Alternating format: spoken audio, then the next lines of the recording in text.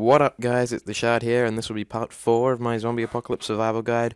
It's gotten dark. I've been doing this since, like, lunchtime, and it's gotten dark, so I've got no idea whether this is going to be bright enough, but yeah, let's give it a shot.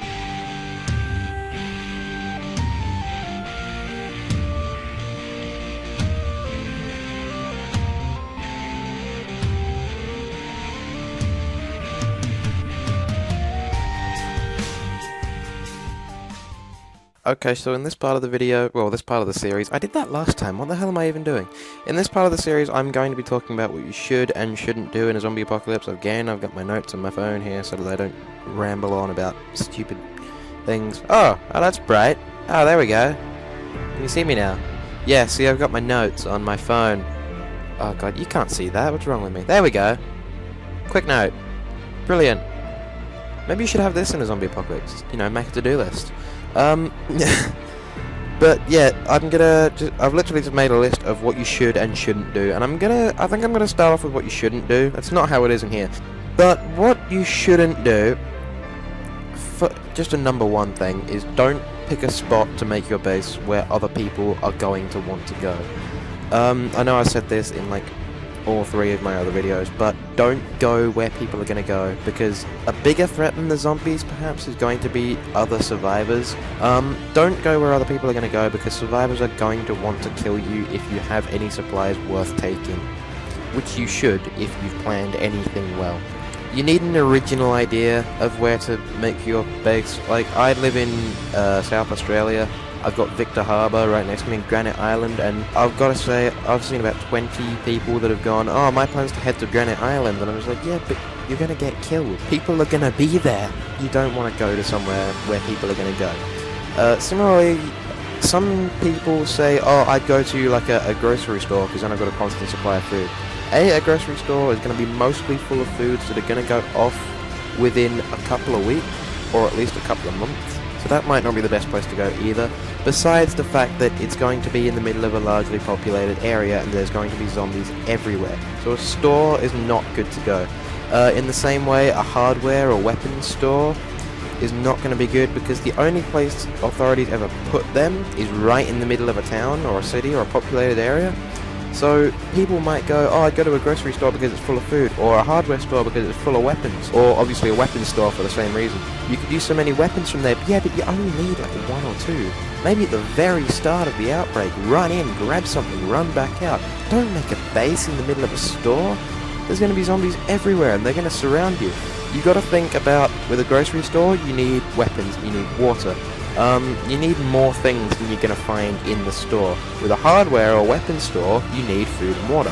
So where are you going to get them from? For the same reason you don't go to stores, obviously don't go to a shopping center or a mall if you're from America. Don't go into the middle of a mall and go, oh, just block off some windows here and block off the entranceway and I'll be fine, I'll make my base in here. That's one of the stupidest ideas I've ever heard, and I can't believe people in YouTube videos actually suggest that, which I have seen.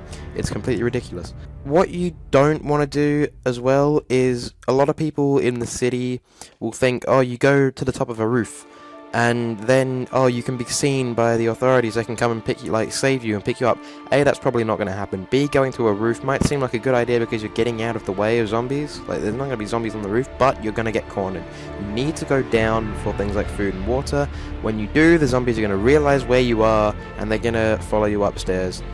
Your base is going to be, like, there's no escape route if you're on top of a roof, unless you're, like, ninja and you can jump to another rooftop and escape that way. But even still, you don't want to be in the city to begin with. As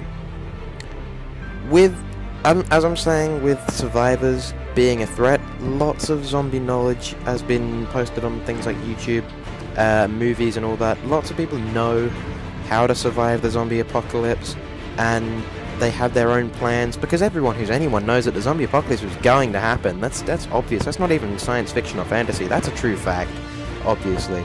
So people need to stay away from other people, because everyone knows that in a zombie apocalypse, survivors want each other's supplies. They want to get all the supplies they can get.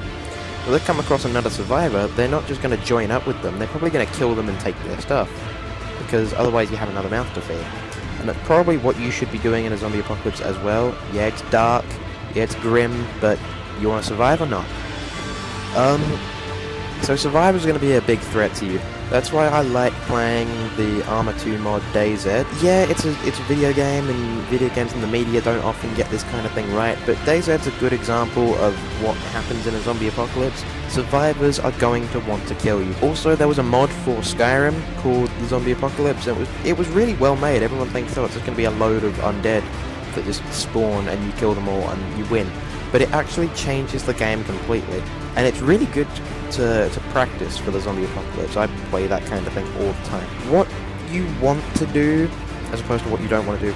I mentioned this in the last video, but you don't want to pack too much. You want to be packing clothing. You want to be packing all different clothing, so that goes from thin t-shirts to warm jumpers, shorts to tracksuit pants, just things that are going to cover warm and cold and in between. That's the kind of clothing you want. Plenty of spare clothing, just in case you're in situations where you're going to get wet or you're going to get muddy and everything. And you don't really want to sleep in that, even if you're, camping and roughing it. You don't want to sleep in wet or muddy, horrible clothes. What you do want to do, though, is make sure that primarily what you're packing is utilities and supplies that you can use in day-to-day life. Things like pocket knives, string, like I mentioned in the last video, that sort of thing. What you also want to do is, if you're in a group, a small or large group, you want to always have someone on guard. Day and night, all the time, have someone posted on guard. Don't make it the same person all the time. Rotate the guard duty. But always have, like every few hours, but always have someone on guard, day and night. And if you're in a large group, have 2 or 3 people on guard all the time. That way, A, they're not going to get bored and fall asleep because they can talk to each other. And B, they're going to cover different angles. So you can have one person looking one way and one person looking the other way, making sure that you don't get ambushed from a certain direction whilst your lookout is watching the other way, thinking everything's all clear. You always want someone on guard. What you want to do is you want to go somewhere that's isolated, preferably with only one easy direction to access it. So if you can be at the very tip of a peninsula, a thin peninsula with only one direction where the zombies can actually come for you, and then water all around you. Even better if you have a boat, because then your escape route is anywhere else aside from that one main access route. So if you have somewhere where there's surrounding water, even if you're on an island, if you're on a small island, but if you are on a small island, you need to have a boat so that you can get on and off the island easily. I might turn on the lights just to try that. Yeah, I'll turn on the lights. So it got even darker, it's a bit later now, so I really had no choice but to turn the lights on. Yeah, I reckon that's better. I completely forgot where I was going with that. Islands, yeah. You don't want to get too attached to an area, like I said in the other video, but if you're on somewhere like an island, you kind of have no choice. So perhaps it's a good place to go. Work it out for yourself. I don't know, I haven't tried it. The zombie apocalypse hasn't happened yet. But perhaps an island would be a good place to go, perhaps just being on the tip of a peninsula, but as long as you have somewhere else to go, a backup. I think it was Nero Cinema said, you want a backup for everything. Backup batteries, backup generators, backup food and water supplies, backup safety, I don't know where I was going with that, backup vehicles, backup weapons, and a backup hiding place. Safety? What was I even talking about? So, like I was saying, if you don't want to get too attached to a place, probably an island's not the best place to go. I don't know, if you want to try it, go ahead. Like I was saying, don't get too attached to an area unless it is honestly the best place for you to be and you can't think of anywhere better. But always be prepared to leave, always have an escape plan. Even if it doesn't involve you taking everything, you want to be able to leave at short notice, and you want everyone in your group to know exactly how to do that and where to rendezvous after they've left the place. One thing I've seen happen on The Walking Dead, as well as a few other things, is people try and save zombies and keep them locked up somewhere so that maybe when the infection is over, the zombies can be brought back to proper human life. Don't worry about that, because even if it was possible after the zombie apocalypse is over and civilization has been restored, even if that was possible, all the scientists are going to be dead. So there's going to be no one with the know-how to be able to do that. So don't worry about saving zombies to try and turn them back, even if they're your mum or your sister or your best friend. Don't bother because there's going to be no way to turn them back. And quite frankly, no one wants to become a zombie. I mean, some people say they do just because, oh, I'd like to kill people. Yeah, well, you can do that as a survivor anyway.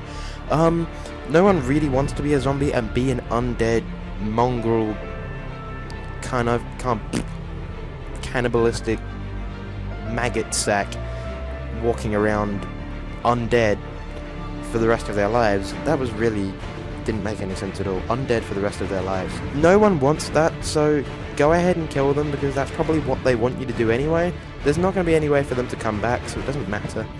And they don't have a consciousness anymore, so don't worry about saving them because they have no idea. They're zombies. They want to kill you whether you're trying to save them or not. So yeah, that might have been a little bit grim again, but it's worth noting. Don't try and save zombies to possibly turn them back because all the scientists are going to be dead. There's going to be no way to do that. And they're probably going to get you killed because they're going to escape and attack you or something like that. Also, don't try to be a hero unless you really, really want to, but it's probably not worth it. If you have someone that you're madly in love with in your group and they're getting cornered and you go in and try and save them, the only thing that's going to happen is they might live a little bit longer, they might not. Like, they might die anyway, and then you just throw your life away for no reason and become a zombie. Do you really want that? So, again, that might be a bit cowardly to some people, but it all depends on the situation. Try and be a hero if you want, but no one's going to remember you for it. One note is if you don't have a proper campsite, try and sleep in a tree, in the upper branches of a tree. Try and tie yourself in if you can. Hence why the string comes in useful. But try and sleep in trees so that you're off the ground and out of reach of zombies, because they're not going to be able to climb trees. Like I said before, try to keep someone on lookout all the time. And make sure you alternate every few hours so that people don't get bored and end up falling asleep, especially at night.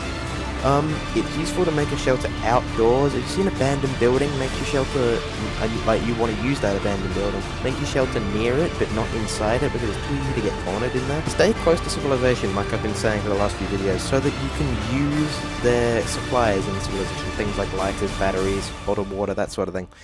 Clothing. What I was saying with the plane, back in, I think it was the second video, or maybe the third, I don't know. To land a plane, what you want to do is fly it really gently, just coming in really slowly, not descending too quickly, and fly it really close to the ground so that you kind of grind the plane into the ground. That way, you'll be able to walk out almost perfectly fine. You might have a few bruises, but you'll be alright. You won't be able to use the plane again because you'll have no way of getting it off the ground. The landing gear will be completely gone, but it's worth it. You've travelled quite a long distance without being in reach of zombies. If you can, keep 2 people on watch at the same time. All the time. Just rotate between them. If you have a group big enough to do that. But again, you might want to use more people to go out hunting. So during the day, perhaps just 1 person. During the night, probably best to keep 2. And one note was, if you're on watch, if you see movement, don't focus your eyes directly in that spot because your peripheral vision's a lot more sensitive to movement. So keep scanning around. If you see movement there again, then kind of dart your eyes back quickly and keep looking around, because also whilst you're focused on that, you can miss some movement off here. You might miss the zombies that are crowding in from here just to look at one rabbit that was running around in the trees. So yeah, just a few tactics to try and keep you alive in the zombie apocalypse. I hope you guys have enjoyed this series. I've enjoyed making it, actually. It's been really good. So yeah, those are my plans for the zombie apocalypse, as well as what you should do in general, and definitely what you shouldn't do as well. So thanks you guys for watching, and I've got some more videos that are going to be coming out soon. Probably some gaming videos. I've got a few others planned. I said I was going to do one on why I don't watch The Walking Dead anymore. Yeah, so thank you guys for watching my zombie apocalypse survival guide series, and I'll see you in another video, so peace out.